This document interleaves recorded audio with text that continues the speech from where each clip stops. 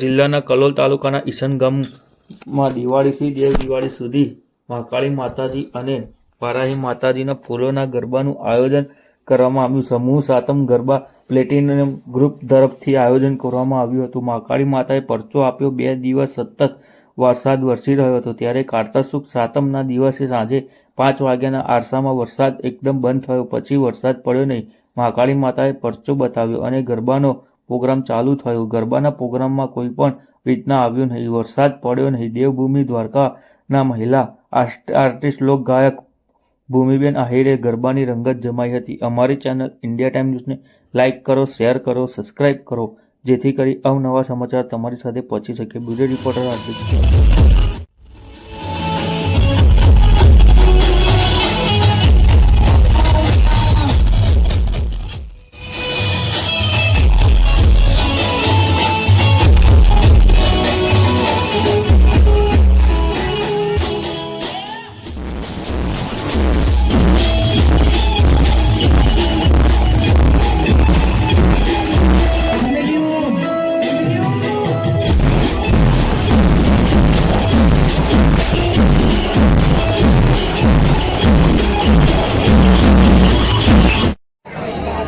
નમસ્કાર દર્શક મિત્રો, હું છું જયનીત શુક્લા. આપ નિહાળી રહ્યા છો ક્રાઇમ પેટ્રોલિંગ ન્યૂઝ અને ઇન્ડિયા ટાઈમ ન્યૂઝ ચેનલ.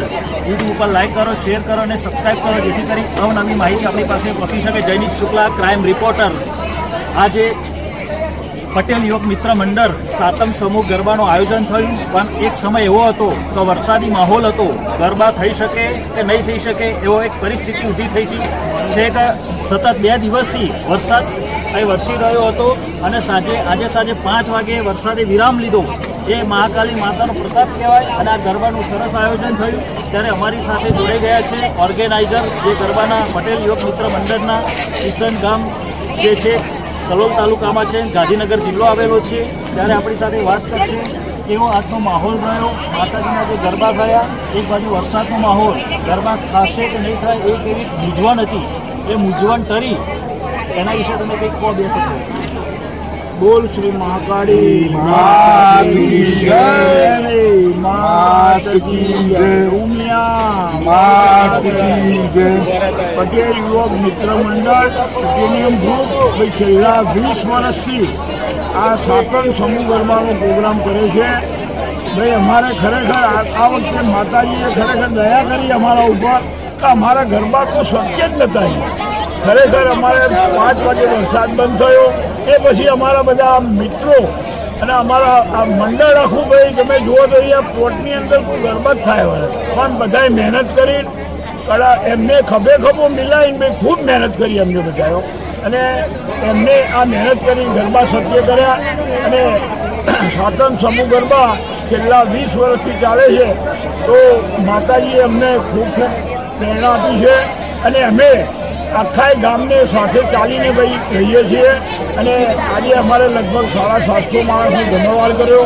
બધા ગામના મંડળો, બધા ગામના આપણે ઠાકોરભાઈઓ કે બધા આપણે બ્રાહ્મણો, બધાને અમે પટેલ અને બધાનો સાથ સહકાર લઈને ચાલીએ છીએ.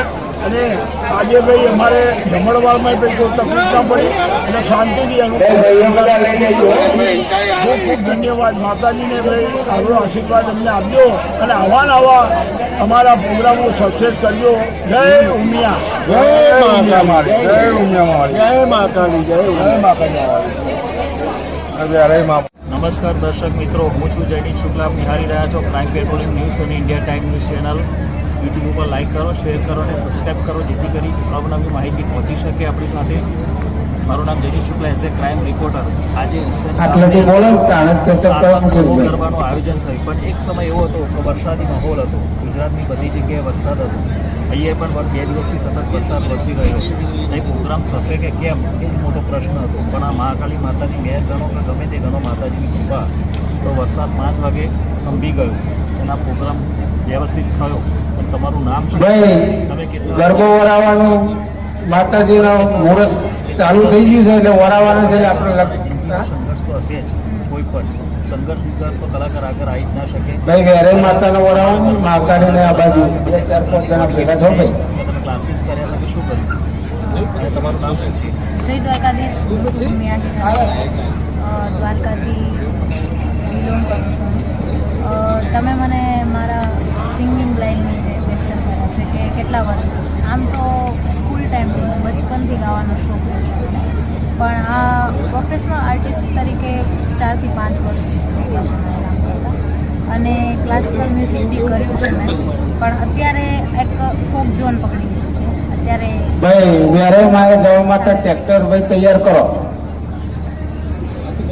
તો જે ભાઈ મુકેશભાઈ તમે કેટલા સતત કલાકથી રિયાઝ ગંછોભાઈ ચાલુ તો જો મત થાય છે. પર પહોંચ્યા છો? રિયાઝ વગર તો આગળ આવી ના શકે. રિયાઝ તો સતત કરવું જ પડે. અને રાતે 4 વાગે ભેરવી થાય એટલે ભેરવીમાં તમે કેવી રીતના એડજસ્ટમેન્ટ કરી શકો? અહીંયા નાકામ જવાય એવું નહીં. તમે કહો છો કે ભેરવી, તો ભેરવી છે એ લાસ્ટમાં જ્યારે આપણે કોઈ બી પ્રોગ્રામ હોય તો લાસ્ટમાં ભેરવી. પણ જ્યારે રિયાઝનો કોઈ એવો ફિક્સ ટાઈમ નથી હોતો કે આટલી કલાક જ કરીએ, આટલી કલાક જ કરીએ. રિયાઝ કરે રાજ કરે, કહેવત છે કે રિયાઝ કરે રાજ કરે. ભાઈ વધામણાનું રિયાઝનો કોઈ ફિક્સ થોડું ગાઈ લેજો. કે આટલા કલાક રિયાઝ કરે એટલે આપણે ગરબો વરાઈ ખબર દઈએ. નથી કે મેં કેટલી કલાક રિયાઝ કર્યો છે. તો રિયાઝ વસ્તુ એવી છે કે મ્યુઝિક છે એ ક્યારેય ખતમ નથી થતું. લતા દીદી પણ આજ દી સુધી સવારમાંથી ઉઠીને સારેગામાનો સાથ કરતા. મ્યુઝિક વસ્તુ એવી છે કે એમાં તમારે પૂરું ભાઈ જલ્દી સ્ટાર્ટ કરજો. મ્યુઝિક આ રિયાઝ. Okay okay. અમુક બીમાર માણસ હોય ને, મેં એવું સાંભળ્યું છે, જોયું છે કે બીમાર માણસ હોય ને એને જો સંગીતનો તાલ મળે ને તો બીમાર માણસે પણ વસો પથારીમાંથી પહોંચી જાય છે. હા, જે ક્લાસિકલ મ્યુઝિક છે એને સાંભળવાથી ઘણા બધા એવા કિસ્સા છે કે બીમાર માણસ મ્યુઝિકથી કહેવત સાચી છે કે બીમાર માણસ જો મ્યુઝિકમાં રચ્યો પચ્યો રહે તો એ આ સંગીત એટલે લક્ષ્મી માતાનો અવતાર કહેવાય. સરસ્વતી માતા, બરાબર? બે મળે, સરસ્વતી માતાએ મળે ને લક્ષ્મી માતાએ મળે. સરસ્વતી માતા જે કોઠે હોય જીભ ઉપર, તે લક્ષ્મી, તમે સરસ્વતી માતાનું ગાન કરો અને જોડે લક્ષ્મી પ્રાપ્તિ એ પણ થાય છે. તમે કલાકાર જે પ્રોગ્રામ કરતા હશો તો તમને તો ખ્યાલ હશે કે તમે કેટલા પ્રોગ્રામમાં પેમેન્ટ નક્કી કર્યું હોય, શું કર્યું હોય. એટલે સરસ્વતી અને લક્ષ્મી માતા જે આના વિશે તમે શું કહ્યું? માં સરસ્વતી ગળામાં છે એ નસીબની વાત છે. અને માં લક્ષ્મીનો પણ અત્યારે ઉપકાર છે એ પણ એક નસીબની જ વાત છે. બંને વસ્તુનું નસીબ ઉપર જ છોડું છું કે માં સરસ્વતીનો વાસ પહેલેથી હતો, પણ એના રિયાઝથી અને એની મહેનતથી અત્યારે થોડુંક સારું છે. તો બસ એટલું જ કહેવા માગું છું. નસીબ. વિદેશમાં કોઈ પ્રોગ્રામ કરેલો ખરો? ના, હજી સુધી વિદેશમાં ચાન્સ મળે તો કહી શકો? હા, જઈ શકીએ.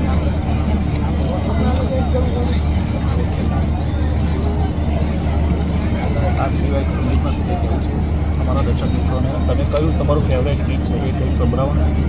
જો કે એક કલાકારનું એક સ્પેશિયલ એક કોઈ સોંગ ફેવરેટ નથી હોતું એનું. કોઈ પણ ગીત તમે જે અમારા કાઠિયાવાડમાં સૌરાષ્ટ્રમાં જે લોકગીતો ગવાય છે એ હા, તો એ સરસ મજાનું હતું. દુહા, છંદ, રાસડા, દુહા, છંદ, રાસડા જે પણ હોય. જે આપણા પહેલાના જે આપણા હા, લોકગીતો હતા, ભારતીય સંસ્કૃતિ પ્રમાણે. જે અત્યારે લુપ્ત થતા જાય હા. છે. અત્યારે મારે હું મ્યુઝિકમાં આવીને એટલું જ કહેવા માગું છું કે આજે આપણી સંસ્કૃતિ છે, ભારતીય સંસ્કૃતિ એ જળવાઈ રહે. અને જે આપણા પહેલાંના જે રાસ, ગરબા, દુહા, છંદ હતા એ પબ્લિક સુધી પહોંચે એવી અમે ટ્રાય કરીએ છીએ. અને એમાંથી એક મારું ગમતું લોકગીત છે આપણું, જે હું સંભળાવવા માગું છું. સોના વાટકડી રે કેસર ઘોડા વાલો મિયા, લીલો છે રંગનો છોડ રંગમાં રોડા વાલો મિયા. સોના વાટકડી રે કેસર ઘોડા વાલો મિયા, સોના વાટકડી રે કેસર ઘોડા વાલો મિયા. અમારી ચેનલમાં આપણું ખૂબ ખૂબ સ્વાગત છે. Thank you so much.